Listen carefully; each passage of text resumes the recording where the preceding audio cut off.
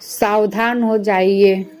संत अच्युतानंदास जी हमेशा से भविष्य मालिका में बस एक ही बात लिखे हुए हैं कि हर मनुष्य अपने अपने कर्मों की सजा भी भुगतेगा। अगर कर्मों की सजा से बचना है तो आप अच्छे कर्म कीजिए। आइए आज हम इस युग की स्त्रियों के बारे और पुरुषों के बारे में थोड़ी सी जानकारी देना चाहेंगे। शुरुआत करते हैं सतयुग से। आज हम पूरा डिटेल बताएंगे कि कौन से युग में कितने % पाप और पुण्य होते थे और कलयुग में उसकी प्रतिशत कितनी है। इसी विषय में आपको डिटेल से जानकारी देंगे। सतयुग में पाप की मात्रा 0 अर्थात 0% होती है। पुण्य की मात्रा 20 अर्थात 100% होती है। त्रेता में पाप की मात्रा 5 अर्थात 25% होती है और पुण्य की मात्रा 15 अर्थात 75% होती है। द्वापर युग में पाप की मात्रा 10 अर्थात 50% होती है, जबकि पुण्य की मात्रा 10 अर्थात 50% होती है। आइए अब जानते हैं कलयुग के बारे में। 15 अर्थात 15% होती है, जबकि पुण्य की मात्रा 5 अर्थात 25% होती है।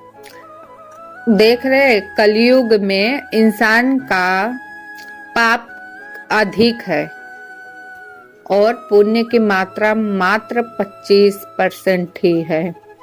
इसलिए कहते हैं कि पुण्य आत्मा सावधान, कलयुग चल रहा है। इसलिए कहा गया है कि पुण्य अधिक से अधिक कीजिए, कलयुग चल रहा है। लेकिन आजकल लोग समझने को तैयार ही नहीं है। मैं भी क्या कर सकती हूँ। मैं तो केवल आप लोगों को ये सब बातें बताती हूँ ताकि आपके मन में भी ईश्वर के प्रति प्रेम उमड़े। बस केवल ईश्वर तो प्रेम चाहते हैं। जैसे हम लोग अपने घर वालों से प्रेम करते, वैसे ईश्वर को भी प्रेम करके देखिए।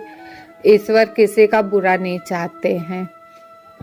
वर्णन करते हुए श्री कृष्ण जी कहते हैं कि कलयुग में ऐसे लोग का राज होगा जो दोनों ओर से शोषण करेंगे, बोलेंगे कुछ और करेंगे कुछ और, मन में होगा कुछ और, कर्म में होगा कुछ और।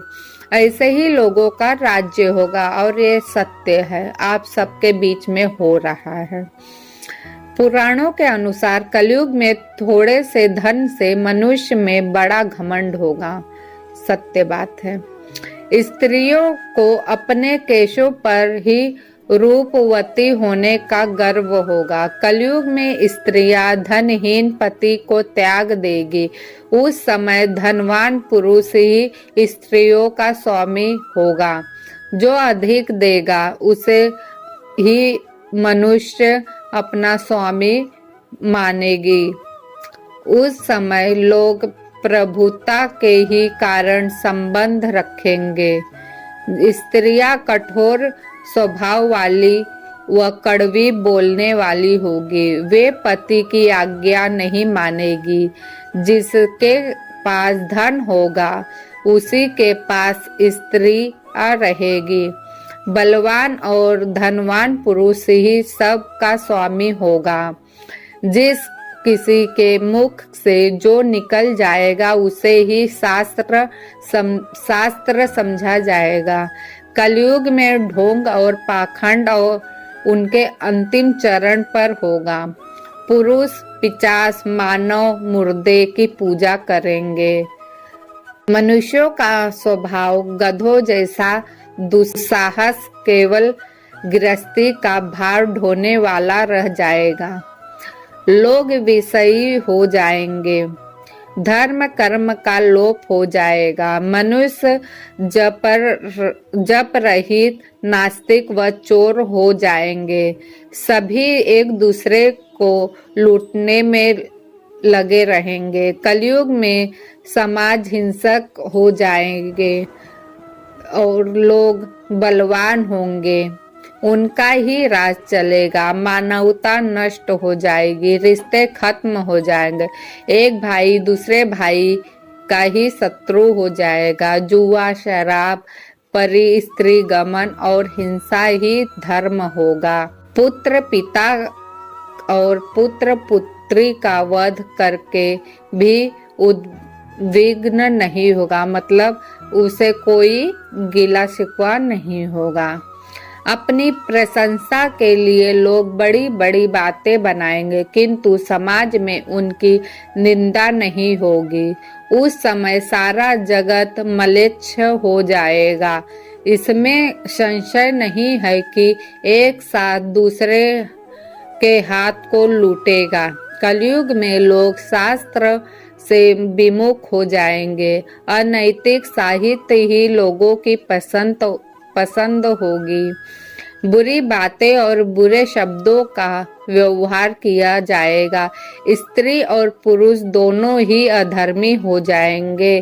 स्त्रियां पतिव्रत धर्म का पालन करना बंद कर देगी और पुरुष भी ऐसा ही करेंगे।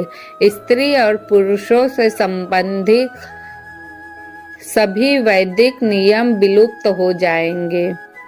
तो आज हम अपने समाज में चाहे जहाँ चले जाए, चाहे स्त्री हो या पुरुष, वो प्रतिव्रता का धर्म पालन नहीं करता। कहीं ना कहीं उसको अधिक चाह की इच्छा है, क्योंकि उसे अपनी पत्नी बिल्कुल पसंद नहीं आती है और स्त्रियों को अपना पति बिल्कुल नहीं पसंद आता है, क्योंकि उन्हें केवल पैसे चाहिए और ऐशो आराम की जिंदगी चाहिए, और पुरुष भी ऐसे ही करेंगे।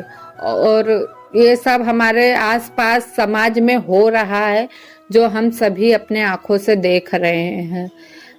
क्योंकि कड़वे शब्द का इस्तेमाल किया जाएगा, अच्छाई तो बिल्कुल खत्म हो जाएगी और किसी में मानवता बचेगी ही नहीं, ना ही वो इंसानियत दिखाएगा, क्योंकि यह भाई कलयुग है।